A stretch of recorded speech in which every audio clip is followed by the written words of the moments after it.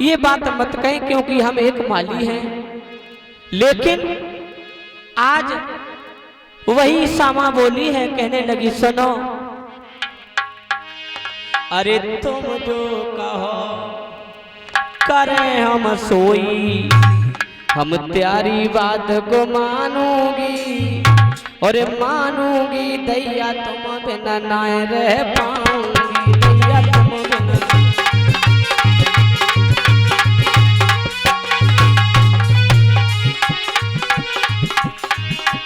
श्यामा बोली, कहने लगी अरे सुधाकर, तुम्हारे बगैर मेरा जीवन जीवन नहीं है, मैं जी नहीं पाऊंगी, मर जाऊंगी।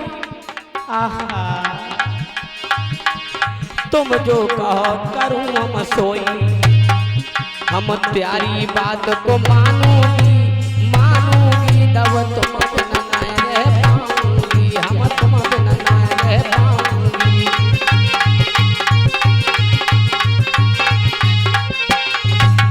और बोली है, सुनो सुधाकर, अरे नहीं चाहिए मोए धन और दौलत।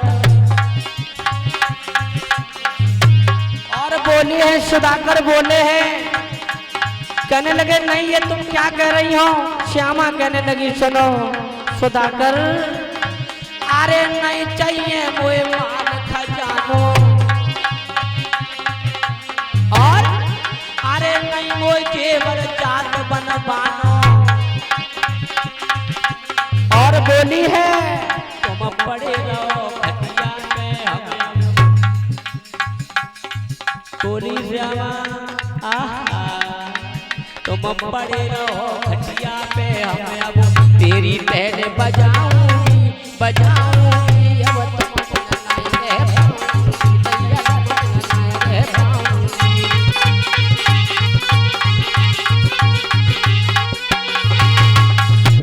जवाब दिया कि तुम्हारे बगैर हम रह नहीं पाऊंगी, मर जाऊंगी। उसी समय श्यामा की बात को सुनकर के सुधाकर बोले कि तुम्हें नहीं मालूम है, लेकिन कवि छबराम कह रहे हैं क्या, अरे प्रेम बुरी जंजीरा और वीर तुम झूठ मती मानो, अरे बुद्धि करे न काम रात को नींद नहीं आवे।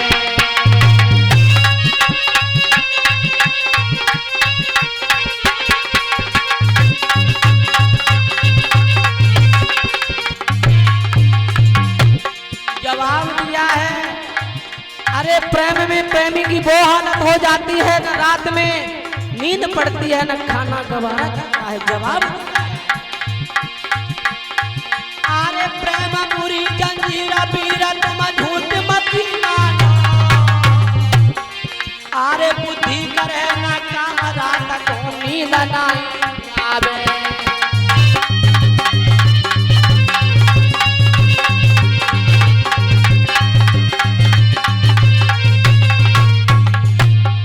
जवाब दिया, आराम खाना पीना हो बे,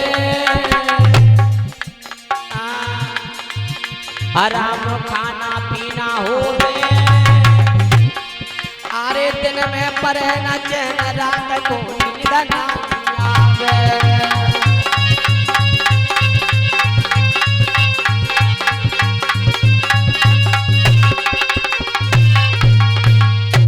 अरे श्यामा क्या तुम कह रहे हो।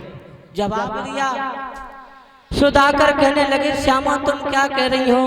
उसी समय श्यामा बोली, कहने लगी नहीं मैं तुम्हारे बगैर मर जाऊंगी, लेकिन आपसे हम बहुत प्रेम करती हूँ। लेकिन सुधाकर ने पुष्पों को दिया और पुष्प देने के बाद सुधाकर वापस लौट आता है। इधर आज श्यामा का बेहाल हो गया। लला विपिन कैसा हुआ है सोने। बैठ के गम की तन्हाइयों में श्यामा बैठी है और विचार कर रही है कि सुधाकर कब सुबह हो जाए, जो सुधाकर मेरे पास आ जाए। आहा, बैठ के गम की तन्हाइयों में और तेरे बारे में सोचा करेंगे, बैठ के गम की तन्हाइयों में।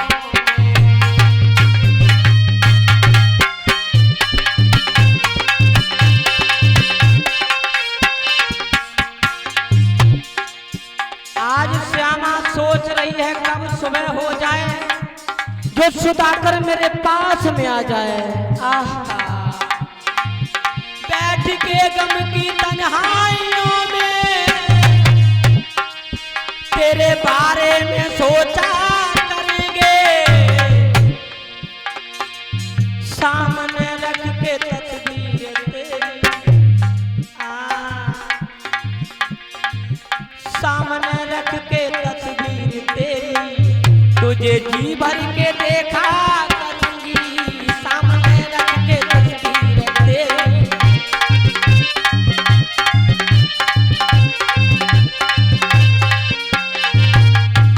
और श्यामा बोली, हे सुधाकर, तुम्हारी तस्वीर में अपने सामने रख लूंगी और सारी जिंदगी भर देखती रहूंगी। लेकिन हुआ क्या, बैठ के गम की तन्हाइयों में और तेरे बारे में सोचा करूंगी, नाम लिख के हथेली पे तेरा, नाम लिख के हथेली पे तेरा, याद आने पे चुमा करूंगी, नाम लिख के हथेली पे तेरा।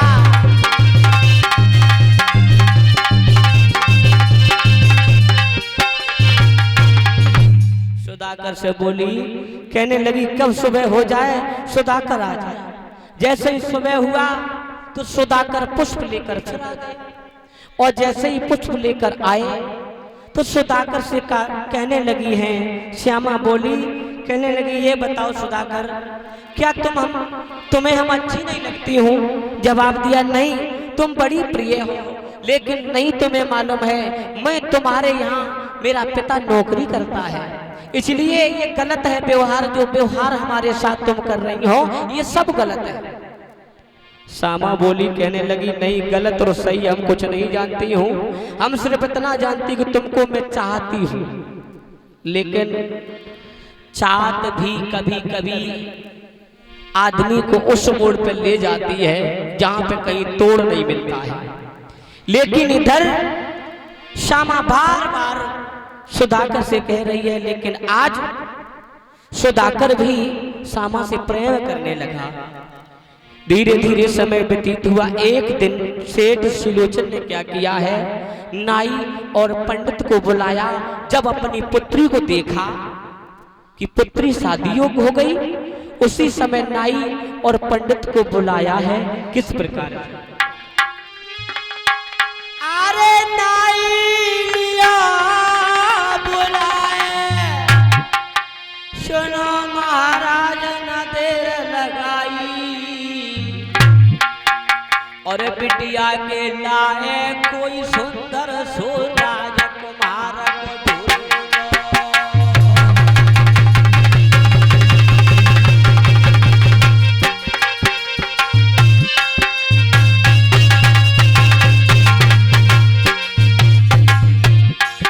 नाई पंडित को बुलाया, जवाब दिया कि मेरी पुत्री के योग्य एक सुयोग्य वर ढूंढो।